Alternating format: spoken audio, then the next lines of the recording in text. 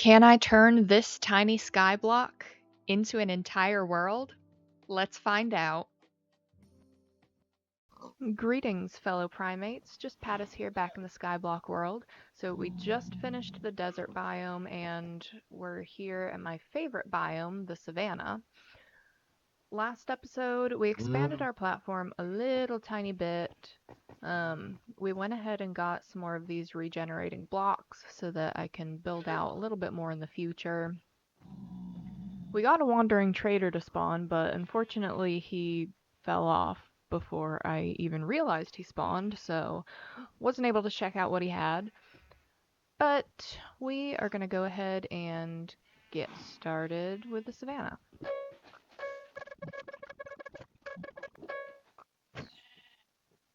I don't understand why all these bunnies enjoy getting in my way like that.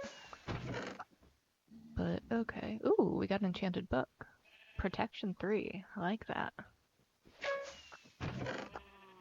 Back-to-back chest, not complaining. And we got some acacia saplings.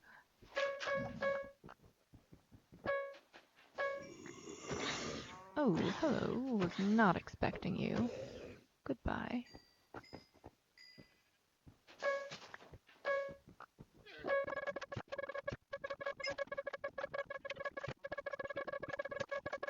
This biome was pretty uneventful, which, to be honest, doesn't really surprise me.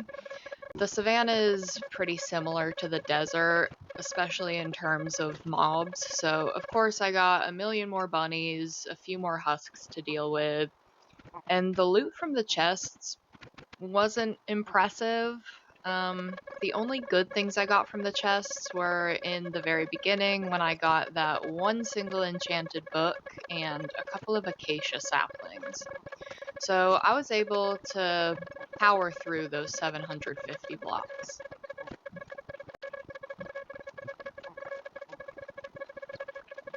Alright, we are down to our last 10 blocks of the biome. This one went by pretty quickly.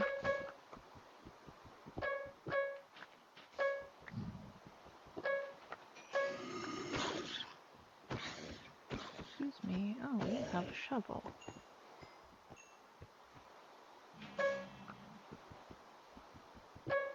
Alright, last one.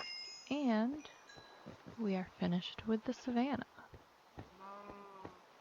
Now that we're done with that, I really want to make sure we can expand this a lot, so I'm gonna start mining some of these. Probably for a long time, so that I can get enough resources to really start building the world. One eternity later. Okay, so I think we have plenty to get us a good start on our world. This took me way longer than I'd like to admit, but it's fine. It's all fine. Excuse me? What? Hello? I'm so confused right now. He doesn't... Oh, hello. Okay. Well, he doesn't have anything that I want, so whatever. That was odd. Okay, so I am going to go ahead and get started building this out. I'm going to do this very, very carefully and probably very, very slowly because I really don't want to risk falling off the edge, especially with how long it took me to get all of this dirt. It would quite frankly be tragic, and I would probably just rage quit and delete all my videos and pretend it never happened. And I would like to not have to do that. So, slow and steady wins the race, I guess. But hopefully things will start to shape up a little bit. So, with a long stretch of building ahead and not much else going on, y'all already know I love to yap, so you're about to listen to me monologue while I burn through this entire chest of dirt. People have asked me, what's the deal with the Pattis monkeys? So, today I want to introduce you to the monkey behind the mascot, my editor in chief, Esmeralda.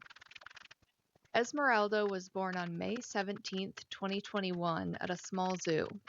When she was only a week old, her mom accidentally injured her and she needed around the clock medical care. At the time, I was an animal care lead at that zoo, and so I agreed to hand raise her while she recovered.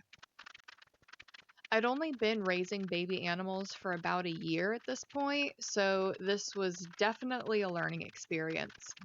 But from the very beginning, I had one goal. I didn't want to raise her like a human, I wanted to raise her like a monkey. And that might sound obvious, but it's actually really important. A lot of mammals leave their babies tucked away in nests or burrows while they go find food. Monkeys don't. Baby monkeys spend every waking moment clinging to their moms. That constant contact is super important for both their physical and emotional development. And so, I became mom. From the time Esmeralda was 1 week old until she was almost 6 months old, she was with me nearly every second of the day. I carried her around in a little pouch under my shirt, bottle fed her every few hours, changed an unbelievable number of diapers, and took her with me almost everywhere I went. If I had to do something that wasn't safe for her, one of my coworkers would step in and babysit for a little while. The goal was that she was never alone. One of my favorite things was bringing her to visit her parents. Her mom mostly pretended we didn't exist, which, honestly, very monkey behavior. But over time, she became incredibly trusting of me because every visit she saw that her baby was healthy, growing, and well cared for. Now, as Esmeralda got older, her personality really started to shine. She became energetic, curious, and absolutely loved to play. We had a couple of other infant monkeys being hand raised around the same time, so she'd have little monkey play dates where they'd spend hours chasing each other, climbing everything they could find, and generally causing adorable chaos. Now that she's grown up, she's still exactly who she's always been. Sweet, calm, and just a little bit goofy. Her favorite foods are blueberries and sweet potatoes, although she's been known to snack on the occasional bug if one makes the mistake of wandering too close. She spends her days outside where she has plenty of sunshine and room to run around, but at night she is the biggest cuddle bug you'll ever meet.